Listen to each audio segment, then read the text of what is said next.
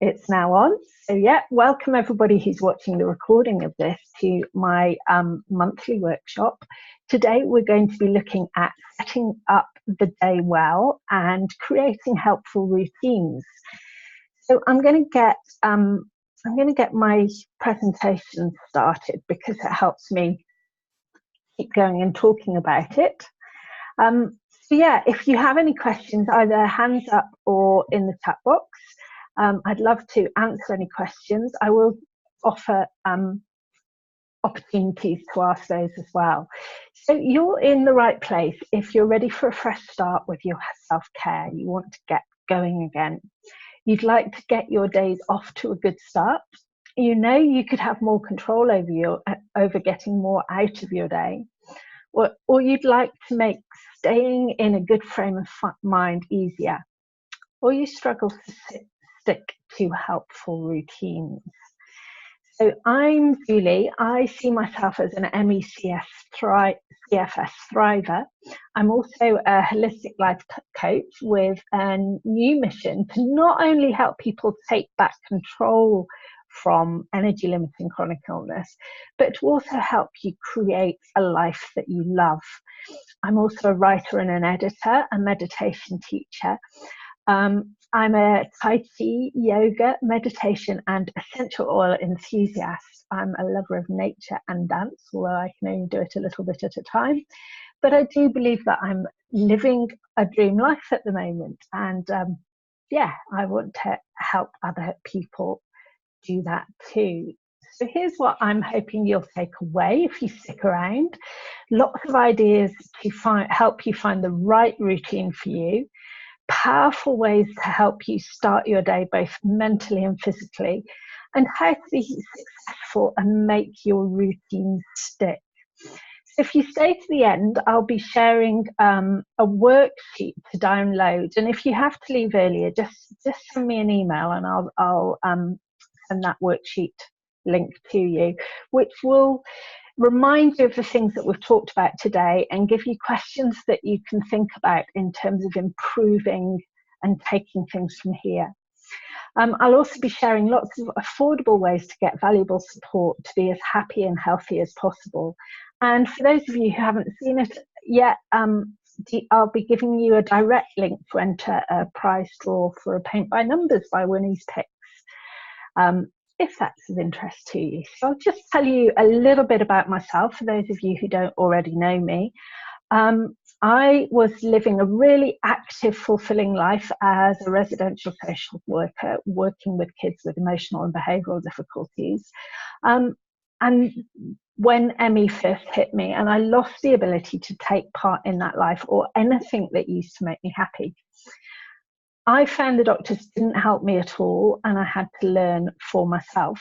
Some of the things that did move me forward were allowing myself to grieve so that I came to an acceptance that life had to be lived differently for a while. Essential oils actually gave me a little bit of relief that painkillers weren't giving me. Acupuncture helped a little bit. It just moved me forward slightly. But what really helped me make a big difference to my well-being was learning how to manage my energy well and approaching everything that I did with an attitude of relaxed effortlessness. And actually, those things led to a complete recovery after 5 years. And I had 7 years of active, vibrant health, working as a ski guide and a walking guide and things like that. Until I ignored an infection while I was on a short break back in the UK, and I pushed through, and when I got back to Spain, the illness had hit me again. So this time around, illness management hasn't quite got me to a complete recovery. I had some extra complications, but I also learned to meditate, and during a flash of inspiration, I realized that I needed to share my gifts in a different way, and I decided to become a life coach for people with energy limiting chronic illness.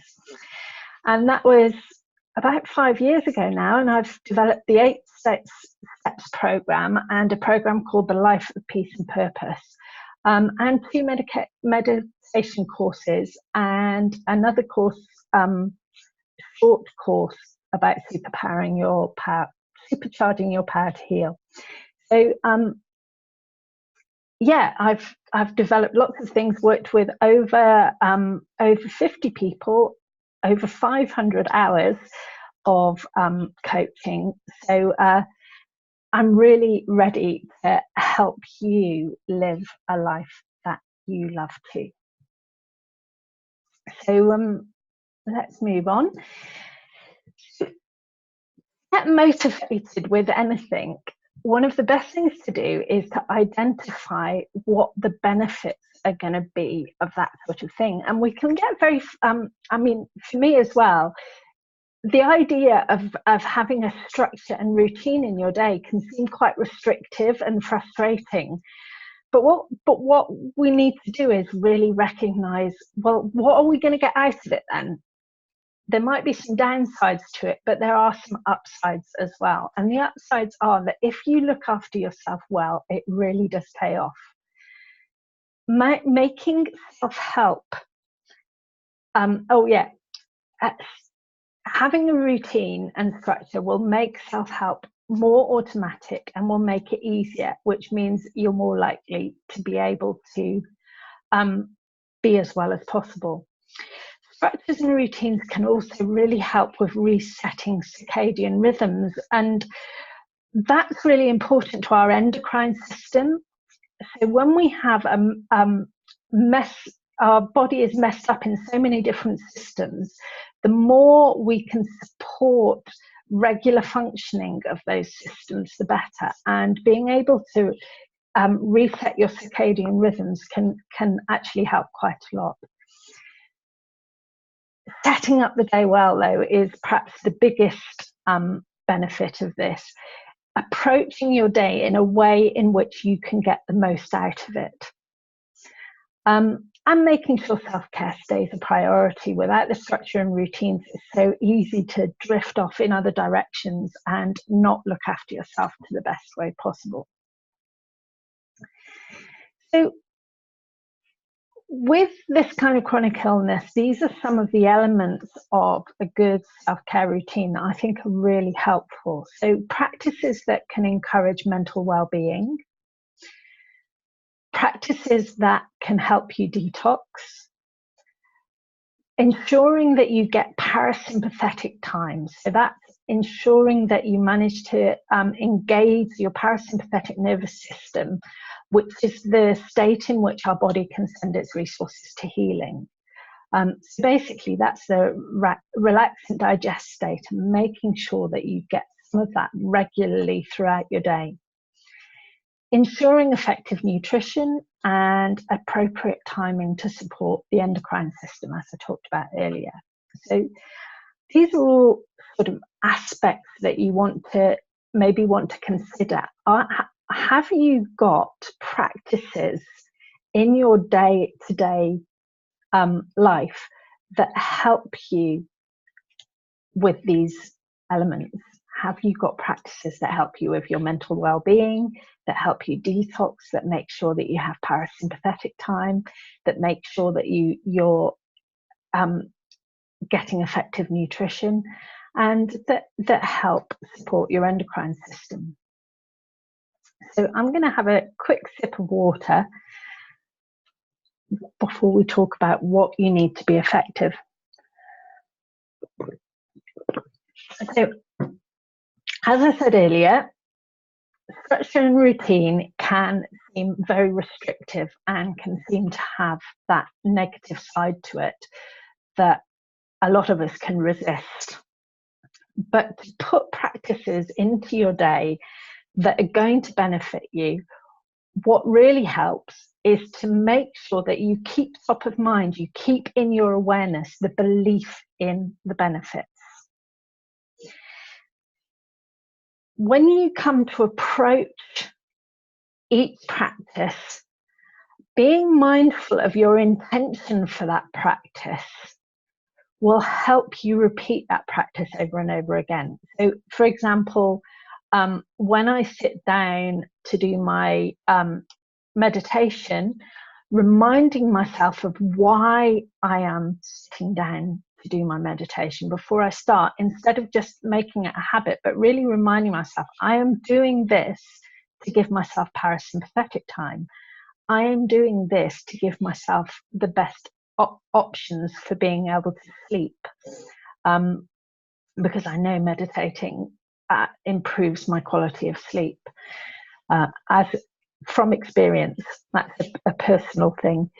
So yeah, believing in the benefits, being mindful of the intention as you do it, paying attention to your achievements, and that's not just the outcome of what you're doing, but it's also the fact that you're doing it. So being mindful that, yeah, this week I did my meditation 5 days out of 7, or this week I did my yoga practice 4 days, or this week I managed to do mindful eating at least 1 meal a day.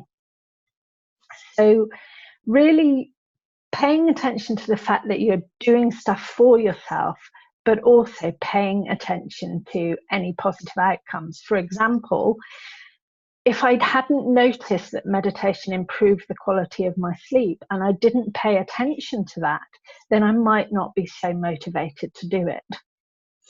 So really paying attention to anything that improves. Another thing that will help you be effective is anchoring any new practice to something that you already have as part of your routine. So that might be after breakfast, or when you first get up, or after feeding the cat. But yeah, trying to put anything new associated with something that you already do.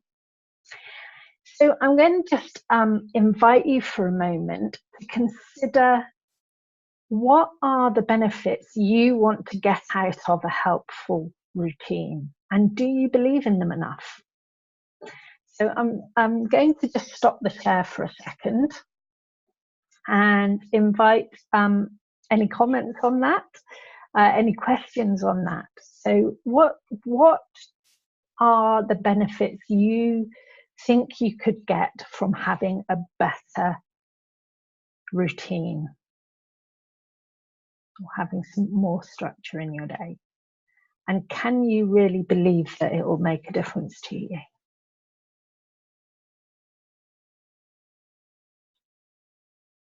Maybe something you just want to explore on your own, but being able to find that belief in the benefits is really important. So yeah, consistency. Jane's saying consistency. I'm just inviting you to think, Jane, what will the benefits of consistency be? For me, the benefits of consistency have proved to be really quite powerful. When I've been really consistent with my routines has been when I've been able to feel well more of the time, when I've been able to be more productive, even though I'm still very limited. My consistent self-care has meant that I've been able to get more out of my day, basically. So it's really about what do you believe. So I'm going to continue, unless there's any more questions or comments. And let's have a look at, how can you set up your day well physically? So what can you do at the beginning of your day to help you be as well as possible during that day? So my first practice in the morning is putting the kettle on and making myself a hot water and lemon, and that's mainly to rehydrate myself. And the benefits of that, and I've put all the benefits next to these so that we can identify why we're doing it, because when you know why you're doing it, rather than just getting into a habit, one, it can actually improve the functioning of that practice because of the mind, body, spirit connection. But two, you're more likely to stay motivated if you know why you're doing it. So for me, rehydration is about supporting all the cells and helping my lymphatic system work better, which will help with my detoxification. Again, gentle movement in the morning, and that can be at a level that is appropriate to you. So if you're mostly bedbound, that might just be rotating your wrists and your ankles and maybe moving your hips a little bit and shrugging your shoulders slightly. Just any kind of gentle movement is going to, again, engage your support your lymphatic system a little bit, which will help detox. It will help prevent deconditioning a little, although, again, I don't believe that MVCFS is about deconditioning, but it can help prevent some of that. And it can help open your energy channels. Well, that's one of my reasons for doing it anyway. My belief in the benefits is that I'm more likely to be able to balance my energy channels if I have gentle movement. For me, that's Tai Chi. It doesn't really matter what you believe. You don't necessarily have to believe in the Eastern system of medicine and energy channels and all of that, but you do need to find a reason for why each practice is going to be benefiting you, and keep that in your intention. So meditation, quality relaxation, and self-healing visualizations can get you starting your day with parasympathetic time, which means your resources can be sent to healing. But it also means that if you start your day in parasympathetic time, you're going to start with a sense of peace. You're going to start feeling better, feeling more open, feeling ready for whatever's going to come that day. And if you start there, any challenges you do face in your day are not going to have such a big impact. Whereas if you start your day already worrying and in a sympathetic nervous system state, anything that then comes into your day can have a much bigger impact on you because you've got a head start on the stress response.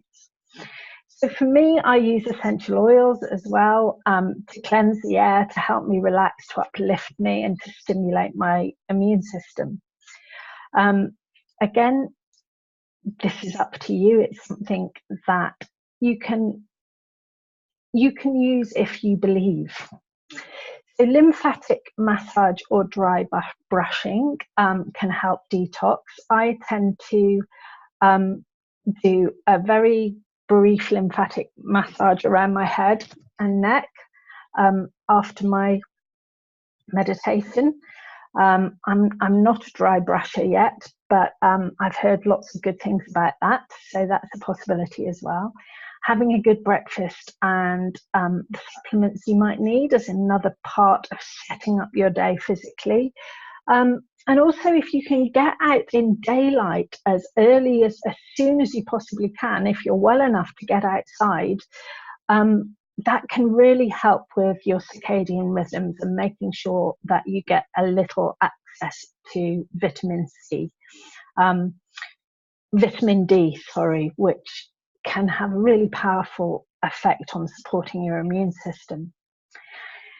So again, for you to consider personally, and you can comment in the chat box or ask any questions, which of these elements are missing from your daily routine, and which do you believe in enough that you could benefit from as part of your routine? I'm going to stop the share for a moment and see if there are any questions coming up.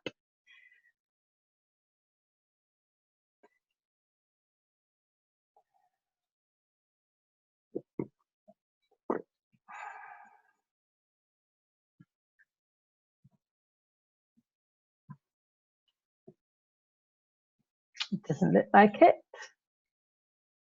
So I'm going to go back to the share and we'll look at setting up your day mentally.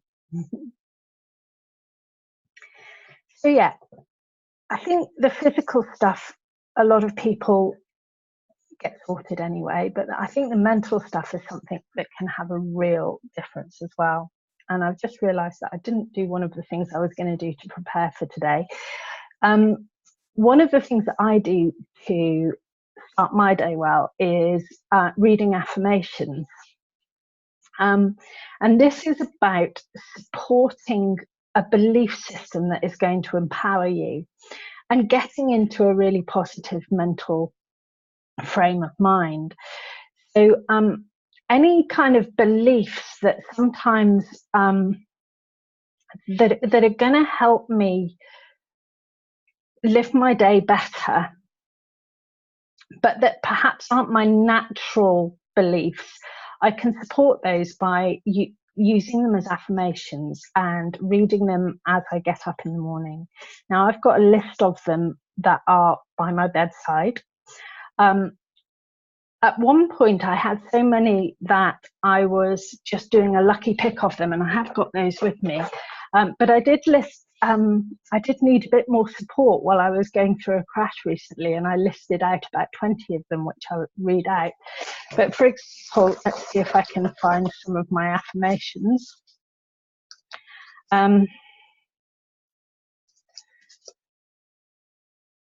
So one of them is, I am open and aware as opportunities continually present themselves.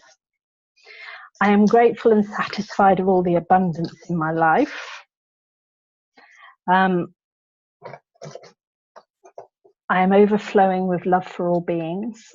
All of those sort of things that can help you get you into a mindset that is going to mean that you'll be more positive going through the day, are really helpful with affirmations. Now, I did do a workshop on affirmations as well, so if anybody wasn't able to attend that and would like to see the recording of that, although it's not publicly on my YouTube channel, if you send me an email, I'll send you the link to that workshop. So yeah, visualizing the day going well can help with that positive mental attitude as well. So really think, as you start the day, thinking about, right, how is my day going to go, and how could it go in the best possible way? And when you kind of imagine yourself going through your day, going through it as though it's going to go as well as it possibly could, it's a really powerful way of approaching everything and getting the best out of your day.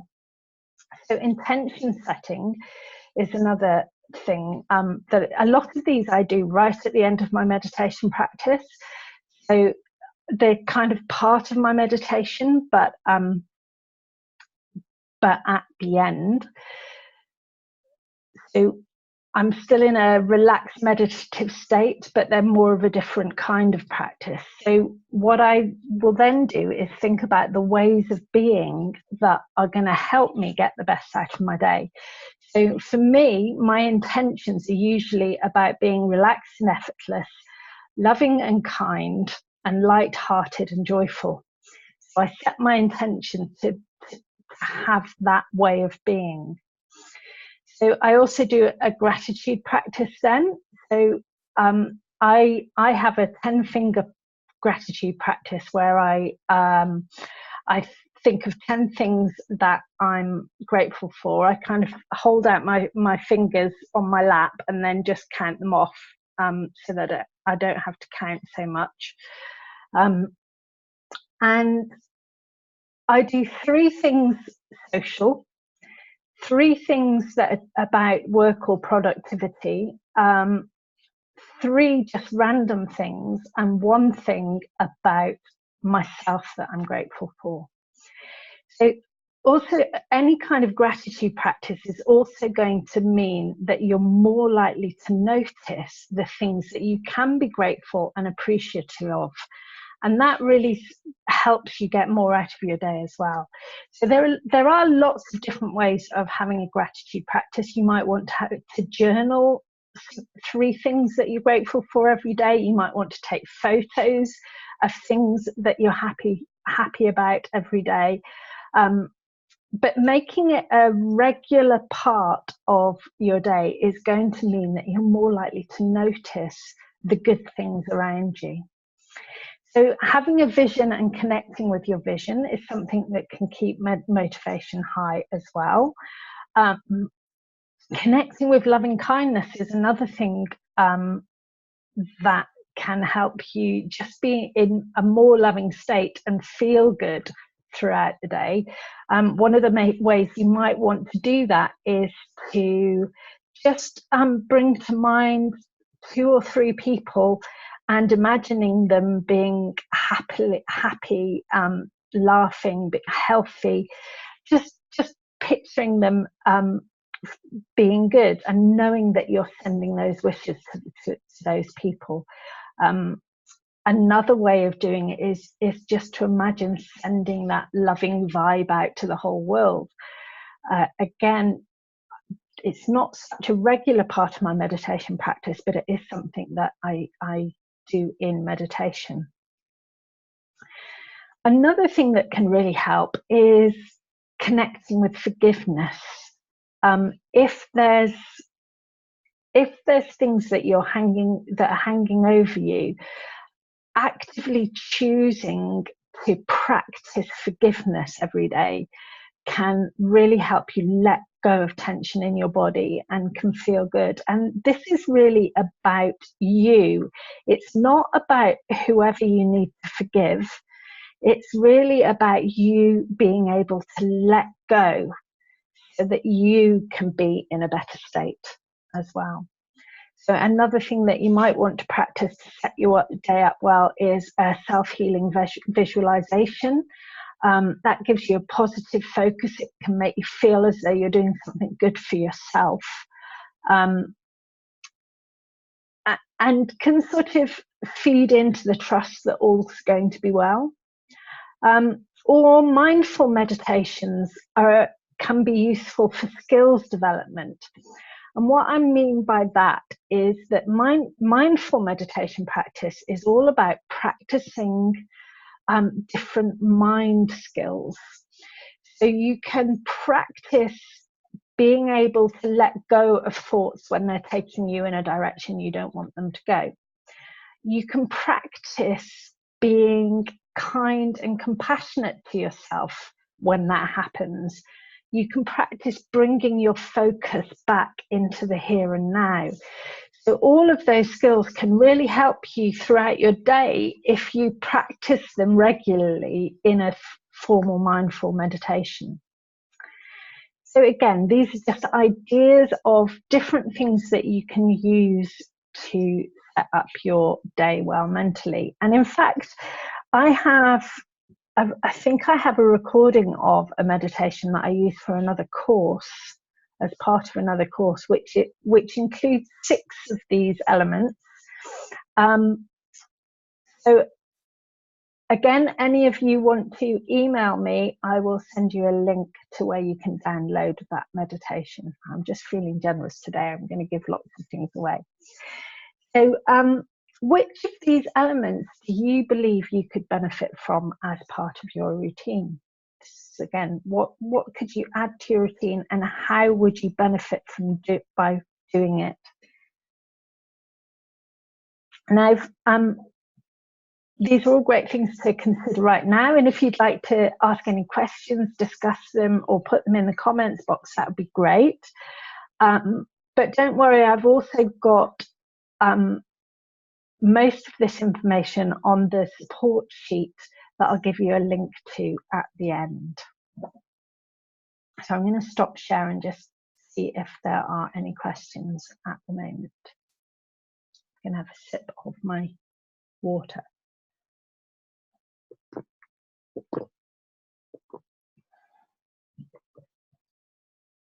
Lynn, would you like to unmute yourself to ask the question? You're still unmuted. Shall I see if I can unmute you? Let's see if I can do it. Ah, yes, you should be able to speak now, Lynn. Although I can't hear you. Oops, now you've muted.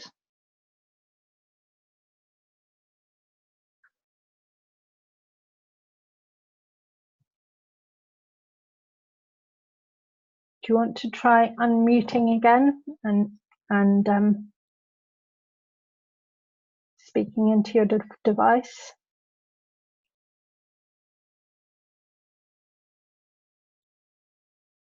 I'm going to try unmuting you again. Oh, it's not happening. Oh, Lynn says she likes the 10 fingers. Thanks for putting it in the chat box.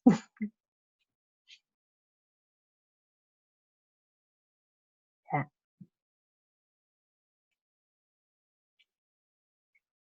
Any more questions?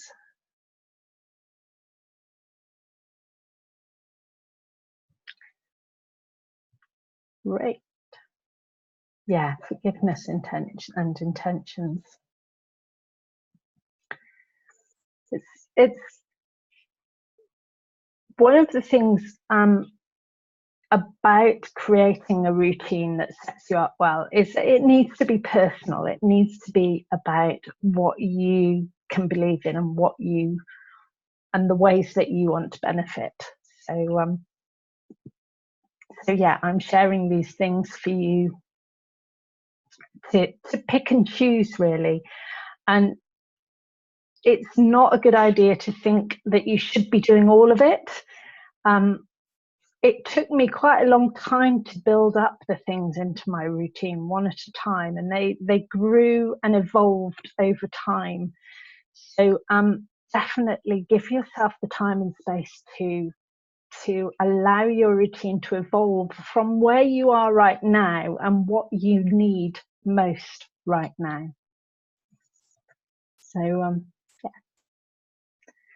I'm going to move us along. I think we might finish a bit early today. Oh, we've got another chat. See if I can get the chat box up. Oh, it doesn't want to come. I'm going to have to stop the share. Oh, here it is. Yeah, Judy's saying it's good to hear, otherwise it could be overwhelming. Absolutely. So yeah, just aim to identify what would be most beneficial for you, what, especially from where you are right now, because everything changes for us as well. So it may be that if you're holding resentments about something and that's draining your energy, then a forgiveness practice could be one of the best things to do. Or it may be if you become a bit joyless from your experience, then setting an intention to have a joyful way of being every morning might be helpful. Or it may be if you have not a very positive mindset, then having some affirmations might be helpful. So just think about what is right for where you are right now. So yeah, let's get back. So other parts of a daily routine that could be helpful. So for me, apart from my morning meditation, I try and do some quality rest or meditation later on in the day as well. I usually do a bit of meditation after my yoga practice in Shavasana, in the corpse pose, in the afternoon. But it can be really good idea to have anchored times for quality rest or meditation throughout your day, so you're getting that extra parasympathetic time, and also making sure that you're in a good state for the rest of the day. So yeah, having a set anchored time for afternoon movements. So for me, I do that at around 4 o'clock. I do a very gentle yoga routine. Again, this has got to be relating to where you are now. It may be a gentle 5-minute walk, or it may be just getting up and moving around your room gently. That may not even be possible, but if you can help your lymphatic system by getting some gentle movement in the afternoon as well in the morning, that can be very beneficial. So having a bedtime routine for sleep hygiene can be helpful as well. regular meal times with deep breathing. So for me, that's all about engaging the parasympathetic nervous system at meal times so that you can digest better. And one of the ways that can be done is by taking 5 long, slow breaths at the beginning of the meal and at the end of the meal. I can be very tempted to want to jump up and straight after I've finished eating. But if I'm not in this habit at the moment, but I have been, and I need to get back into it. Getting into the habit of, at the end of the meal, taking 5 long, slow breaths is a way of letting your body know that it's okay to send its resources to digestion. So that can be particularly helpful if you have gut issues. So long, slow breaths as you sit down to eat and as you finish eating, to make sure that the parasympathetic nervous system is engaged and your body's resources are sent to digestion. So having a mindful, relaxed effortlessness practice as well can help you help bring it into the rest of your day. So that might be something like when you brush your teeth, practicing mindful, relaxed effortlessness, so that you can maybe remind yourself to be mindful and relaxed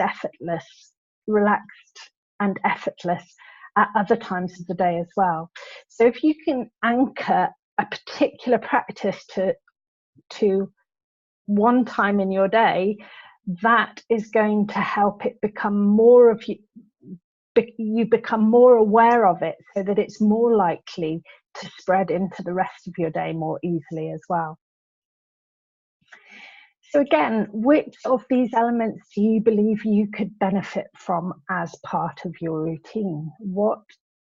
Is there anything here that I'm talking about that could be really helpful for you right now? Anything that you're not doing that you think would really benefit you?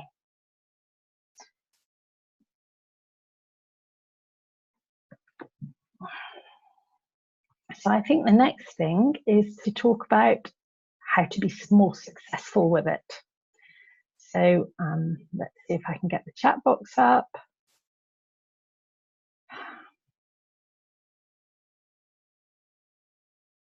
It's not coming. I'm going to have to stop the share to get to it. So yeah, Lynn's going to try the breathing at meals. Fabulous.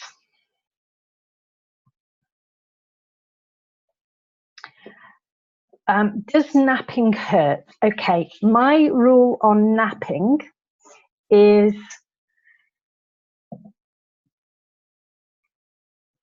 are you struggling to sleep at night? In which case napping could be a bad idea, but if you're going to have to exert yourself from not napping, then napping can actually help. Napping can help if it will help you avoid pushing yourself and exerting yourself throughout the day, because that's going to impact on your sleep more negatively. If you have to push, if you have to struggle, then you're actually going to be in a worse state at night. If napping helps you stay more relaxed, then that's going to help your sleep. So yeah, Jane's mentioning breathing as well. Breathing with her meals. So yeah, I generally have an afternoon rest where I read light trashy stuff, but if I feel very sleepy during that rest, I set my alarm for 40 minutes and I let myself doze off for 40 minutes. Because if I push through when I'm feeling that sleepy, then I sometimes get into the adrenaline state, and then that's going to be worse for my sleep in the evening. So yeah. Sometimes we can feel worse after a nap because of blood pressure, low blood pressure issues. So that's not necessarily saying it's a bad thing. It just means you might need to tackle low blood pressure issues afterwards. So how do we make things more successful? Now, I mentioned this earlier on in the session. It's about setting intentions, anchoring the new things into what's already in your daily practice, and paying attention to the results. So when you want to start something, for each practice, you need to remind yourself why you're doing it. What are the benefits you want to gift yourself from doing it? So really get into that frame of mind that when you're doing a meditation or when you're reading some affirmations, this is about gifting yourself. This is about giving something worthwhile to yourself and having to believe and believing in what you are gifting yourself. So meditating might be gifting yourself better sleep, or it might be gifting yourself more peace. But as you start each practice, remind yourself of what you are doing it for.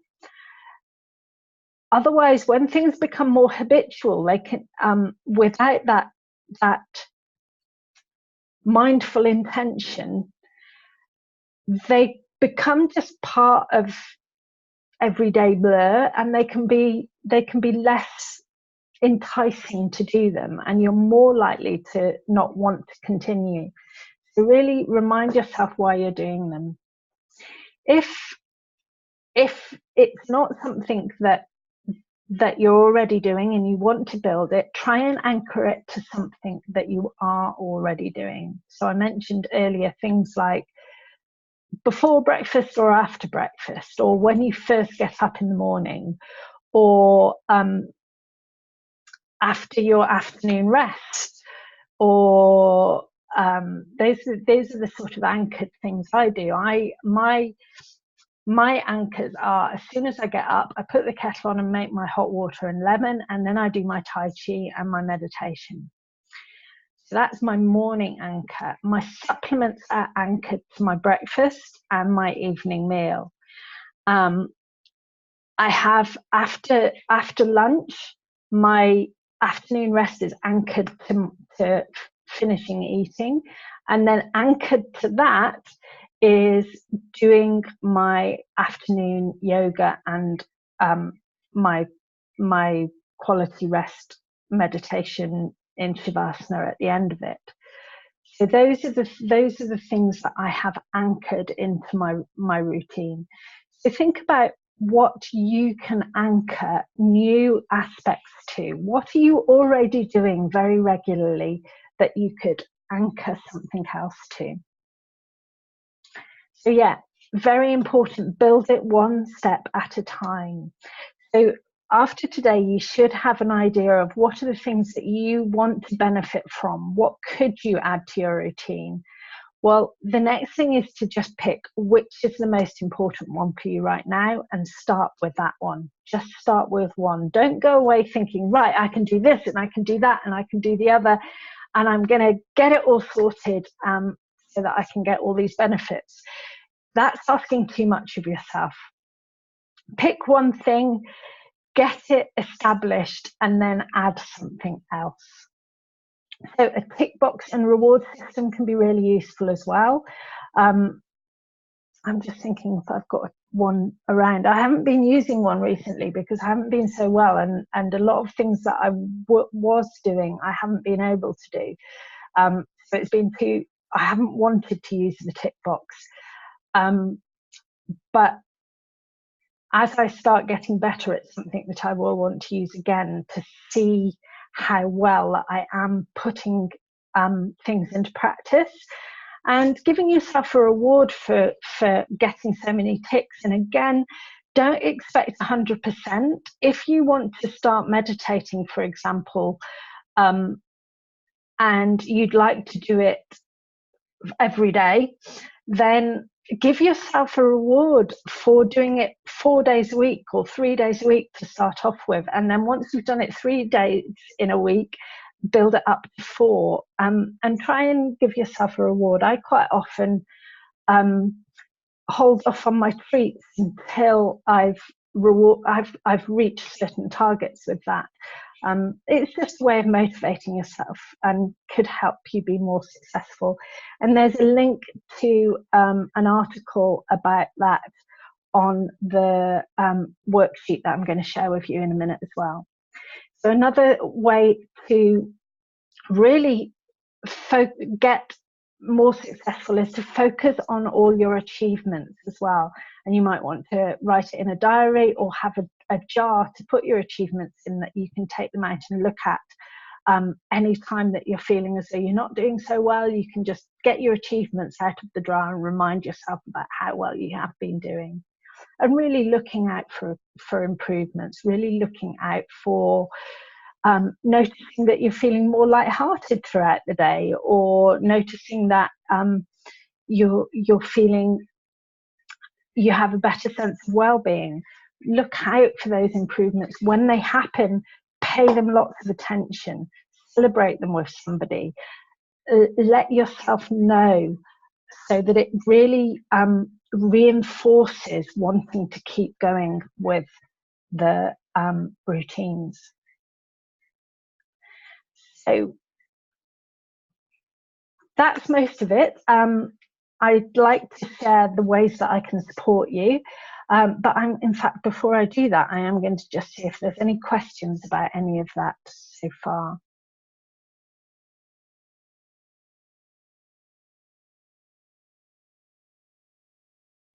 Okay, so Lynn's saying that writing down achievements after a while backfired because you felt pressure to have more.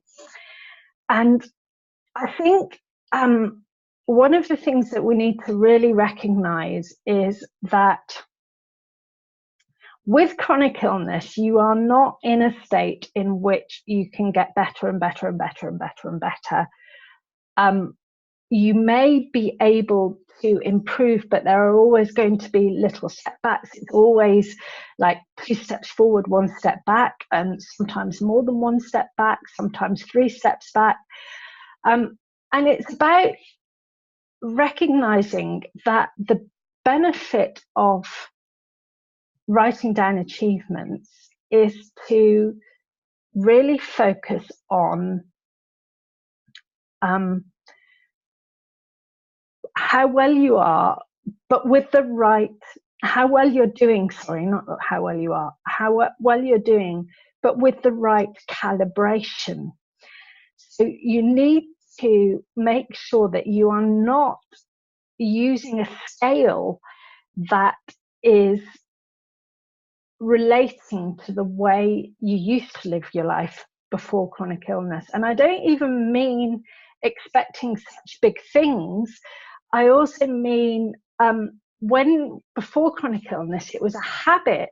I think we got into habits of thinking once you've made that improvement, then you can make another improvement. Once you get that good at something, you can get a little better at it. And we kind of expect a kind of linear improvement.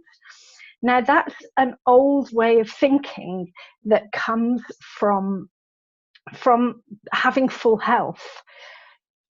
Linear improvement is really not effective when you have chronic illness.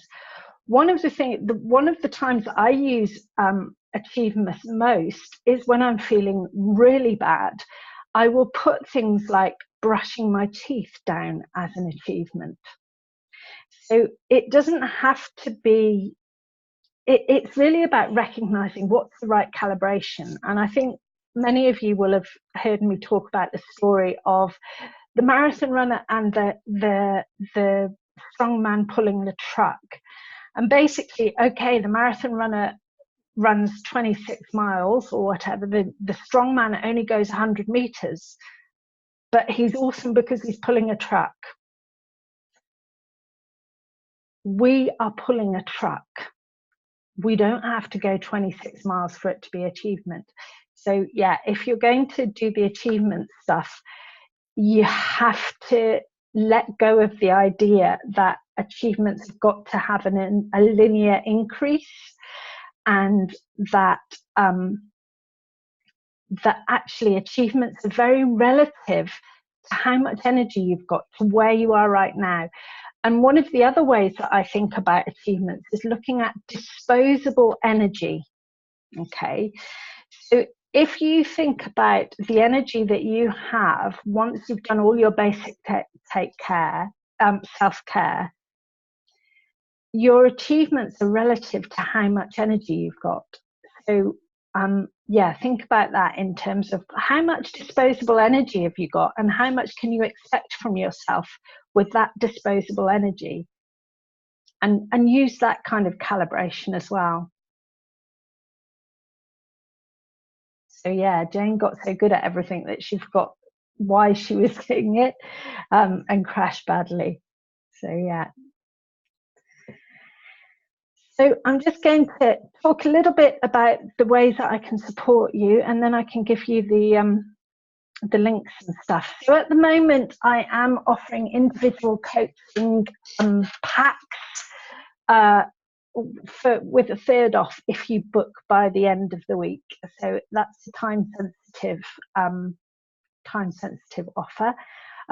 One of the ways that I try and make coaching as accessible as possible is by offering a package of one individual session to help identify the strategies that are going to work for you, and then 3 months of group coaching support, which will help keep you on track and help you overcome any obstacles that you have with those strategies that you're trying to work with.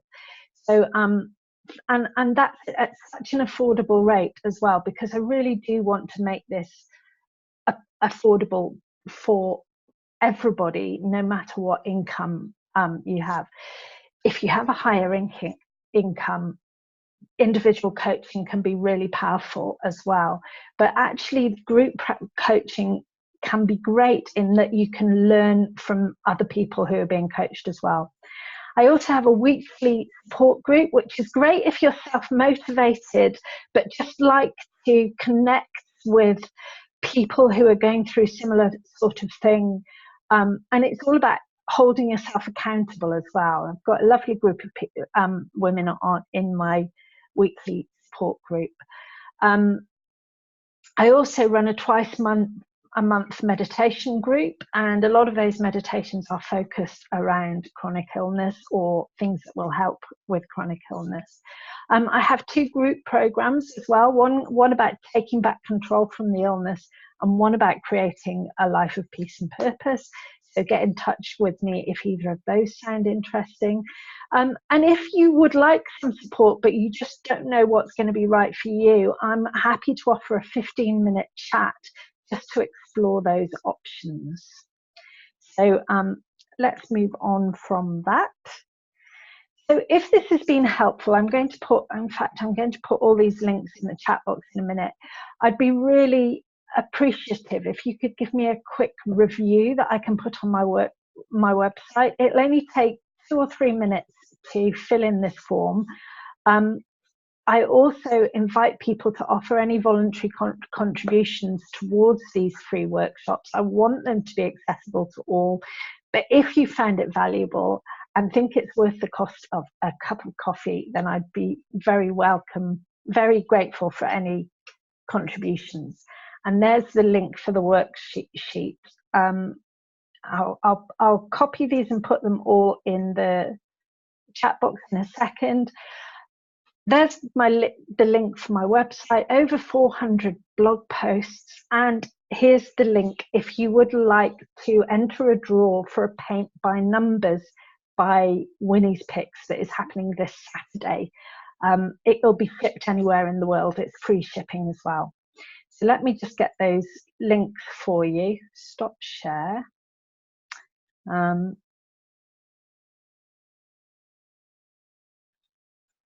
So yeah, and any of you that don't want the links, bye. Thank you very much for being with me. But if you just bear with me for a minute, I can copy them off this sheet and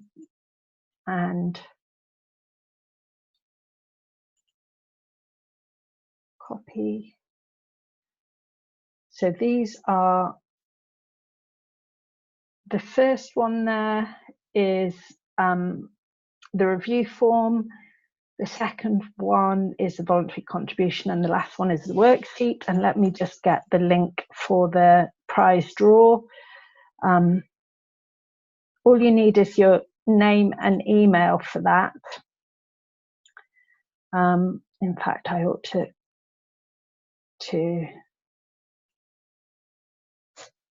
let's put that in.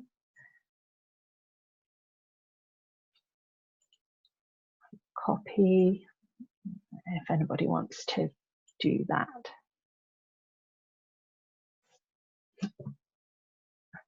So yeah, so welcome. Thank you everybody for joining me. Interacting really helps me remember things. I hope you've got a lot out of it. If you've got any ideas for what you would like a workshop on, I'm always welcome to those ideas. And actually there's space to put that down on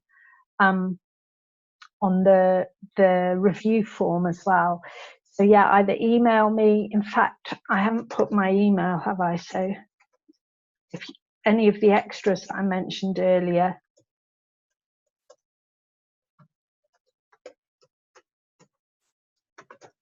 I'll put that down too. Julia, MECFS, selfhelpguru.com.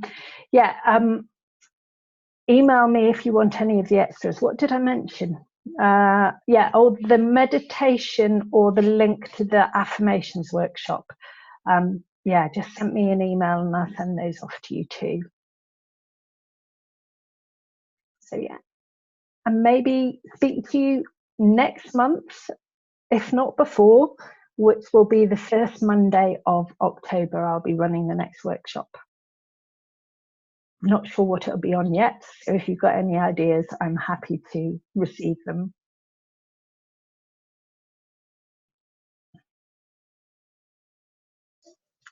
Bye bye, everybody. Any more questions? I'll be here for one more minute. But bye bye if you're heading off now.